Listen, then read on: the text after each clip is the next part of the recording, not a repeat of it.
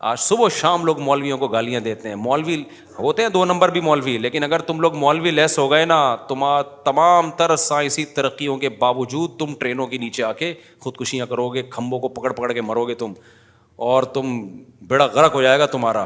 نہ تمہاری بیٹیوں کو کوئی پوچھے گا, نہ بہنوں کو, نہ نسل ہی بڑھ جائے گی ساری کی ساری, برباد ہو جاؤ گے.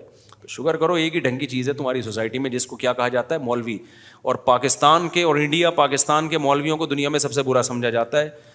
دنیا میں ٹریولنگ کرو گے نا تو پتہ چلے گا دنیا میں جتنا خاندانی کام انڈیا پاکستان بنگلہ دیش کے مولویوں کر رہے ہیں نا, دوسرے بھی کر رہے ہیں, اتنا خاندانی نہیں کر رہے. یہاں ایک ہی چیز ہے, مذہب بڑا خاندانی ہے, بڑی محنت ہے. تبلیغی جماعت ہے بھائی, پوری دنیا تبلیغی جماعت کی محتاج بن چکی ہے. آپ صبح و شام تبلیغ والوں کو گالیاں دو, گورا بھی دے گا, وہاں کے لوگ بھی گالیاں دے رہے ہوتے ہیں, جو اسکالر ہے نا, جو کہتے ہیں یہ دیوبندیوں کی جماعت اور فروٹ پٹانگ قسم کی باتیں کر رہے ہوتے ہیں.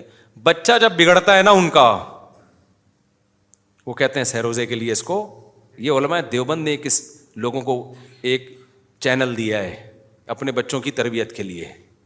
وہ اللہ رسول, کل میں رائے گنج میں وہ اجتماع میں گیا ہوں نا, حضرت مولانا عباد اللہ صاحب کا بیان تھا 2-2.5 گھنٹے کا. کیسی دنیا کی نفی, کیسی اللہ کی محبت.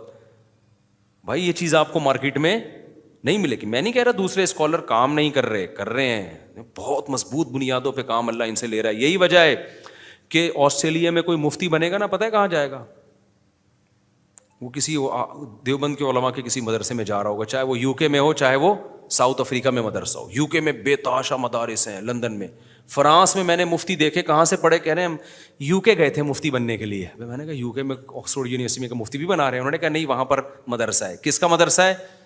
تانے بانے علماء دیوبند سے جا کے مل رہے ہوں گے. اس دے دنادن مدارس ہیں. ابھی آسٹریلیا میں ہمارے دوست اپنے بچے کو بھیجا انہوں نے ساؤتھ افریقہ, وہ مدرسے کے تانے بانے کہاں جا کے ملتے ہیں؟ دیوبند سے جا کے ملتے ہیں. تو جہاں بھی دنیا میں جاؤ گے دینی مدارس کے سرے کہاں جا کے ملیں گے. ارے اتنا کام اللہ نے, مولانا قاسم نانوتوی جنہوں نے انار کا ایک جو ہے نا درخت کے نیچے ایک طالب علم پہ محنت کی تھی, اتنی دنیا میں اس کی شاخیں پھیل جائیں گی, کوئی تصور کر سکتا تھا؟ اس کو کہتے ہیں برکت. جہاں اخلاص ہوتا ہے وہاں برکت ہوتی ہے. حضرت مولانا الیاس رحمۃ اللہ علیہ وہ بھی تو دیوبند سے فارغ تھے. کیا شروع کیا تھا انہوں نے؟ 4 آدمیوں کو لے کے تبلیغ کا کام شروع کیا. کوئی چندہ نہیں, کوئی وسائل نہیں, کوئی میڈیا پہ پبلسٹی نہیں. کوئی تصور کر سکتا تھا حج کے بعد دنیا کا سب سے بڑا اجتماع یہ ہوگا جہاں جاپان سے بھی لوگ آئیں گے, جہاں فرانس سے بھی لوگ. میں آسٹریلیا گیا, وہاں گورے تبلیغ میں لگے ہوئے ہیں, اتنی بڑی بڑی داڑیاں رکھ کے. انگریز.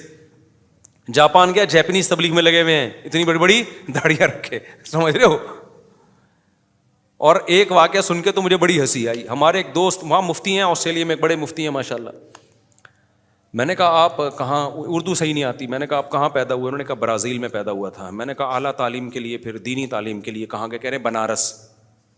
میں نے کہا شاید بنارس کوئی سوئٹزرلینڈ میں کوئی جگہ ہوگی جہاں اعلیٰ تعلیم کے لیے, یا یو کے میں کوئی بڑی یونیورسٹی کی کوئی ذیلی شاخ ہوگی.